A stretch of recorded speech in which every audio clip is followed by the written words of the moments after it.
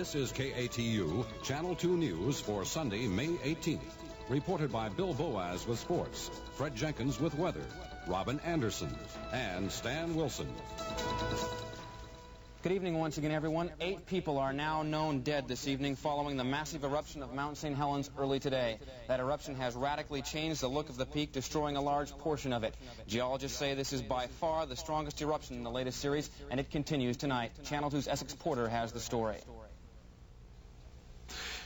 Geologists recorded the time as 8:32 this morning. Gas pressure building inside the mountain finally reached the bursting point. They think first there was an earthquake, registering 5 on the Richter scale. Then a split second later, the mountain started tearing itself apart.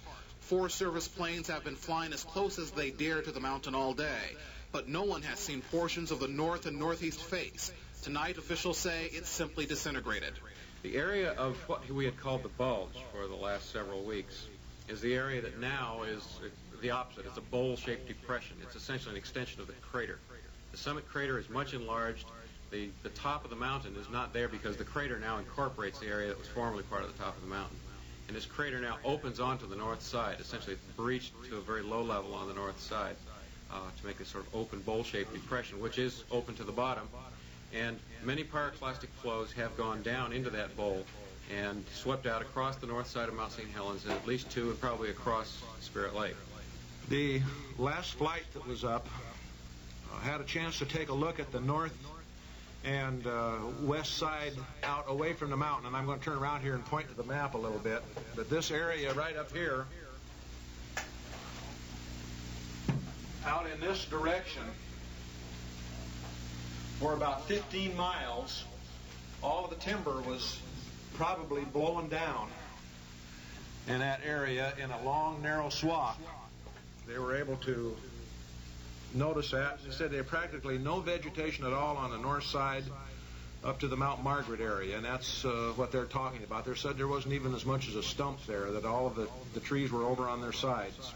The high point on the mountain now is in the southwest corner, is at about 8,400 feet in elevation.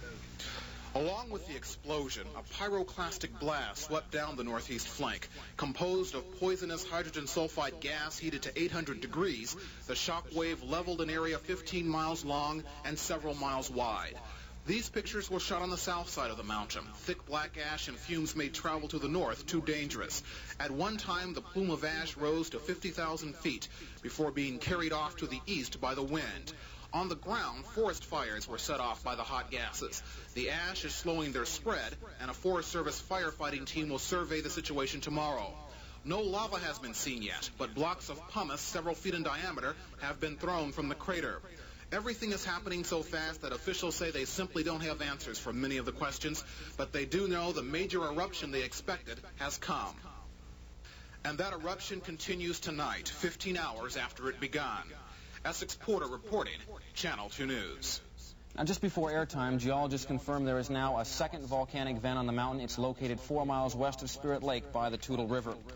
Already 4 devastating walls of water have roared down through the Toutle River Valley, the 4th coming late this afternoon, perhaps the most damaging of all. The Toutle River swelled to 3 and 4 times its normal size. If you look closely, you can see the wall of water more than 10 feet high. Whole trees were uprooted, floating like toothpicks down the raging river. At one point, hundreds of logs encircled a house already severely damaged by the mud and water. In other places, some houses were completely destroyed as the river washed out everything in its path. The people who hadn't been evacuated tried to escape today on foot. We don't know for sure how many of those people didn't make it. The Air Force 304th Rescue Squadron evacuated as many people as possible, using the Toutle High School as a landing base. If there were doubts about the deadly power of the river, there are no more. A freight train met the same fate as everything else in the path of the river. Buses were brought in to help in the evacuation. This destruction you're seeing is from the 4th wave to sweep the valley. Right now, no one knows if there will be new waves or how deadly they would be. Robin? Stan, it's so dangerous tonight, so confusing on Mount St. Helens that even experts aren't clear what has happened. But what is clear is that miles of forest land has been flattened. Forest land many people were calling home. And for the few people air rescuers have brought out, it's a frightening tale of survival in a nightmare. Bill Van Amberg reports.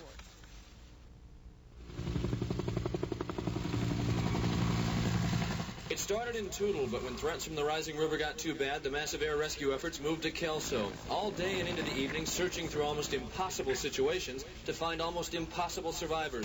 People who had made it through dust, ash, and devastated forest, struggling to survive in a wilderness gone hellishly mad. These two young campers and their dog had been staying along the Green River, more than 15 miles from the mountain, when suddenly the forest was flattened. Yeah, it was real bad. What was it like? I mean, how long were you in there? Well, too long. Yeah. It took two of our best friends' lives, so. Did it really? Yeah. There had been 6 in their party. 2 others were injured but got out. These people had had to hike well over 14 miles, as did this man, whose family was worried he was dead. They brought out, I think there were 2 boys and a couple...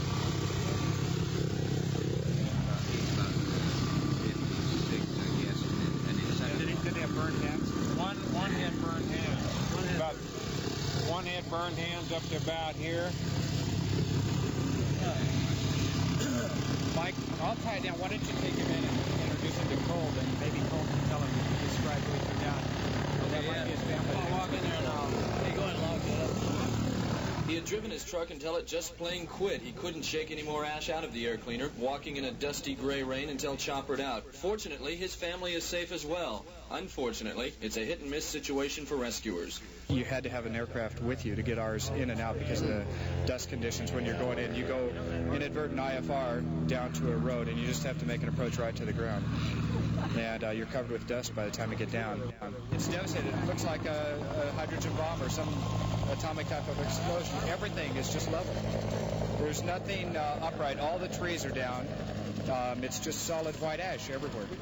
At daybreak, the choppers hit the air again, hoping to find more survivors, but as the people who have made it out tell what it was like, it's clear that staying hopeful is the only way to cope with what is almost a hopeless situation, and it's unfortunate that the toll in lives seems almost certain to rise. From Kelso Airport, I'm Bill Van Amberg for Channel 2 News. If the eruption of Mount St. Helens is awesome, its effects are devastating. The volcano has triggered wave upon wave of flash floods on the Toutle River, eventually taking 8 lives. We have 2 reports, the first from Paul Majors on the latest flooding. Shortly after 5 p.m., the third wall of water came crashing down the Toutle River, carrying logs, chunks of ice from the Shoestring Glacier on Mount St. Helens, and other debris. In some areas, the Toutle has been reported at 20 feet above its banks, wiping out anything in its path.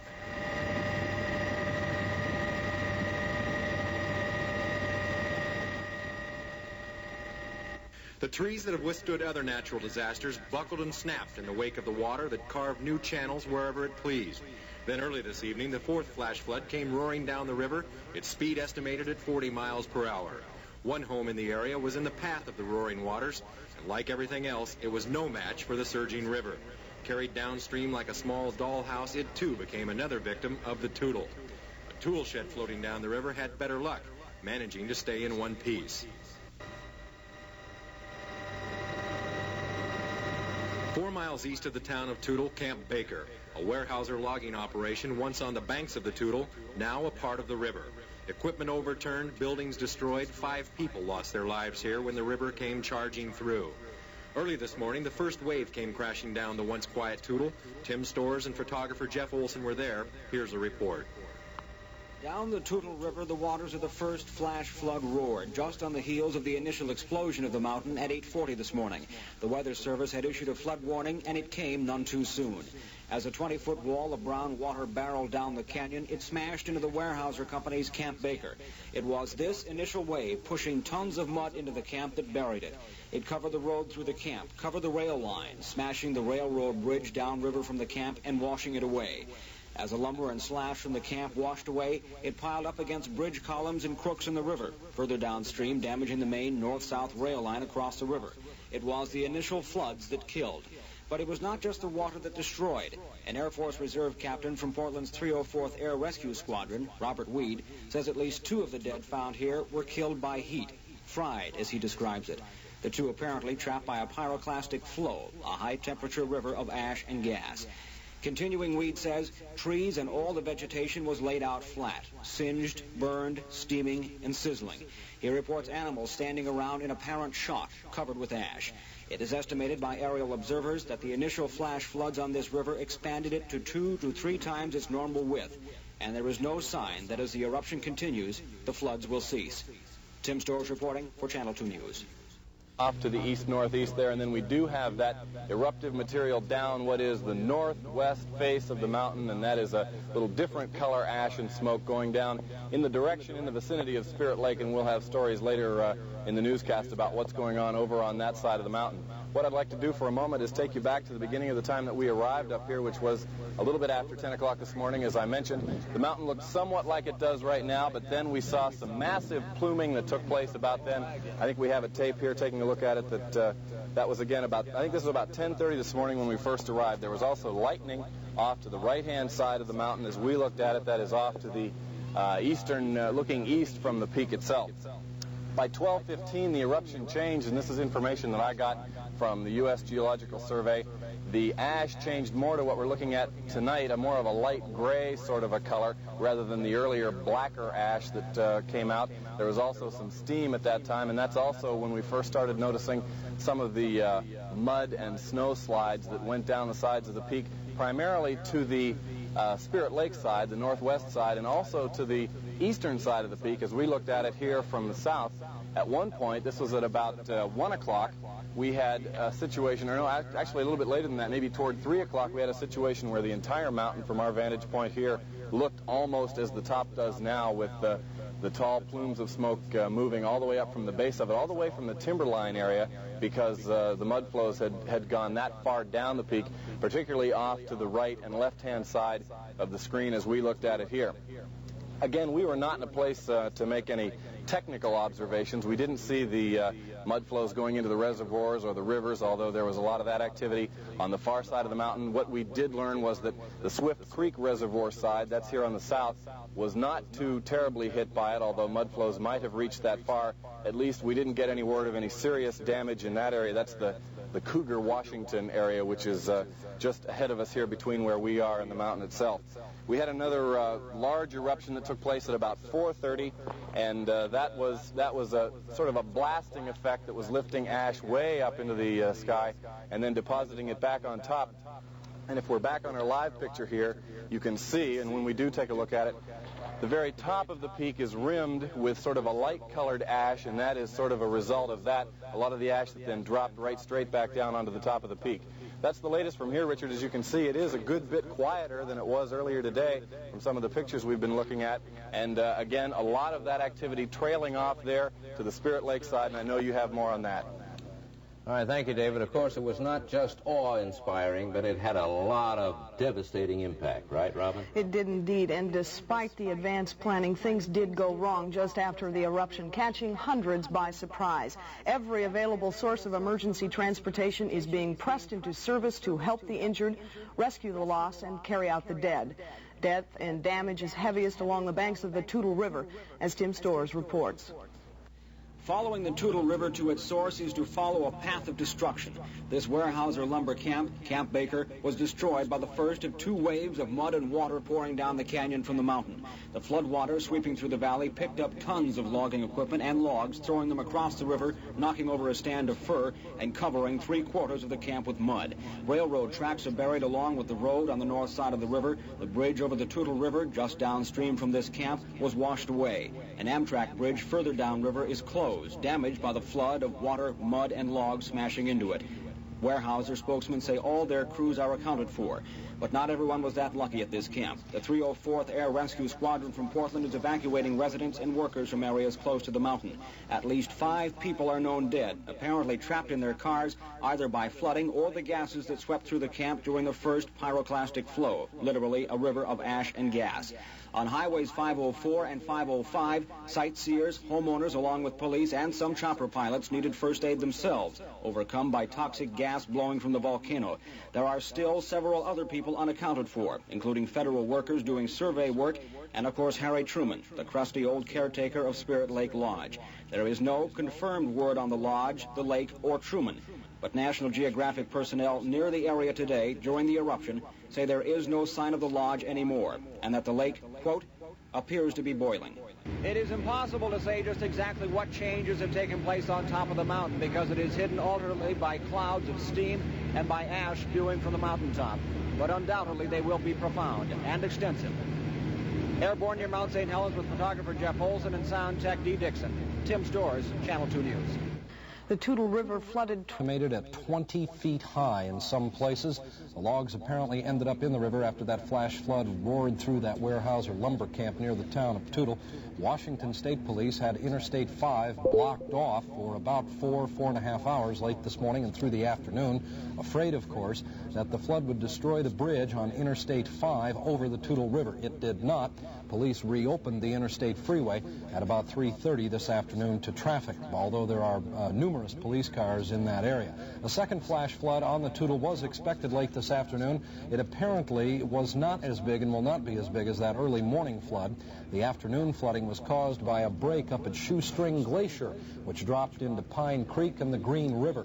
Several bridges on the Toutle River along the Spirit Lake Highway were reported destroyed as well. The Toutle right now looks like a giant mud hole with a thick, soupy texture and a lot of debris and logs and junk, for lack of a better word, in that river. Of course, the flooding and the mud flows will take a heavy toll on fish life in that river. Close to the exploding peak, he has a story. Early this morning, and by midday it seemed as if an atomic bomb had gone off inside. A thick plume of ash, smoke, and steam was spewing tens of thousands of feet in the air.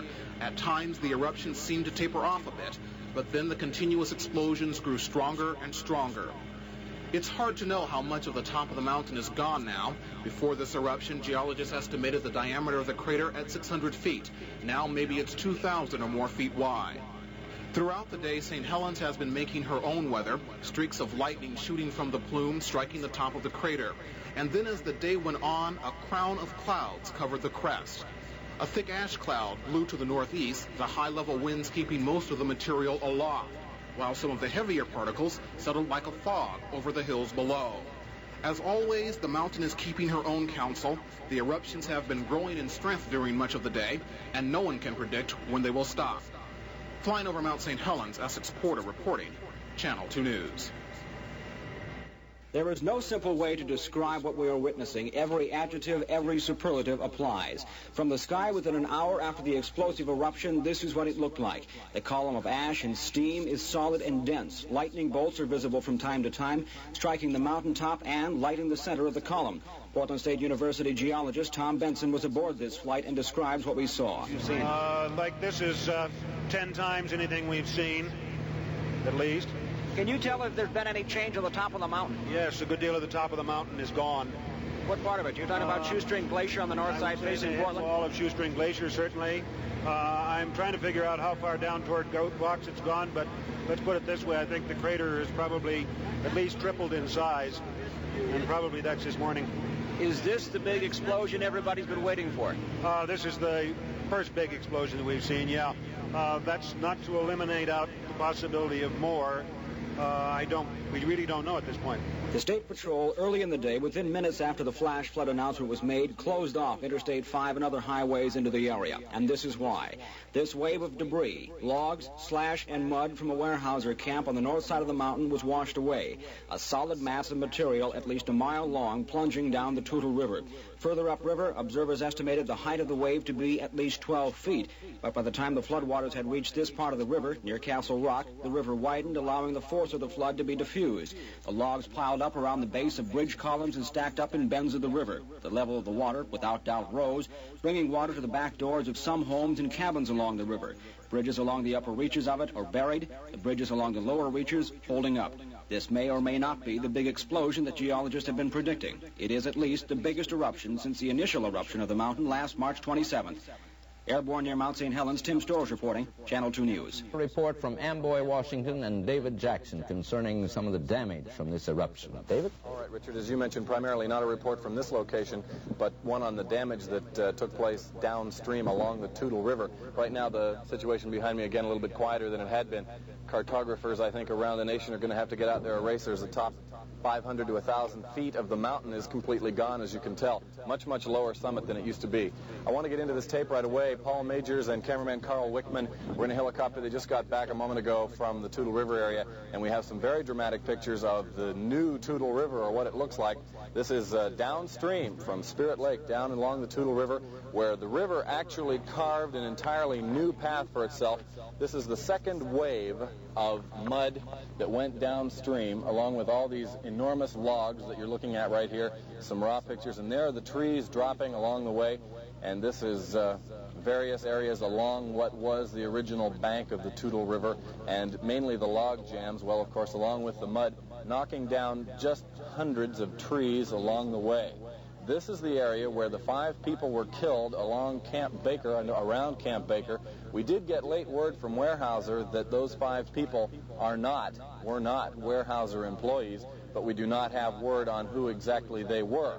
That area there was completely devastated, and there was a lot of equipment loss and everything. There's a good shot of a big tree falling down along the banks of the Toutle River, which is now, of course, much, much larger and had diverted itself off in various directions with this new mud flow, the road going alongside of it being covered up in many locations with the mud and the trees as they were washed down there from the Camp Baker area.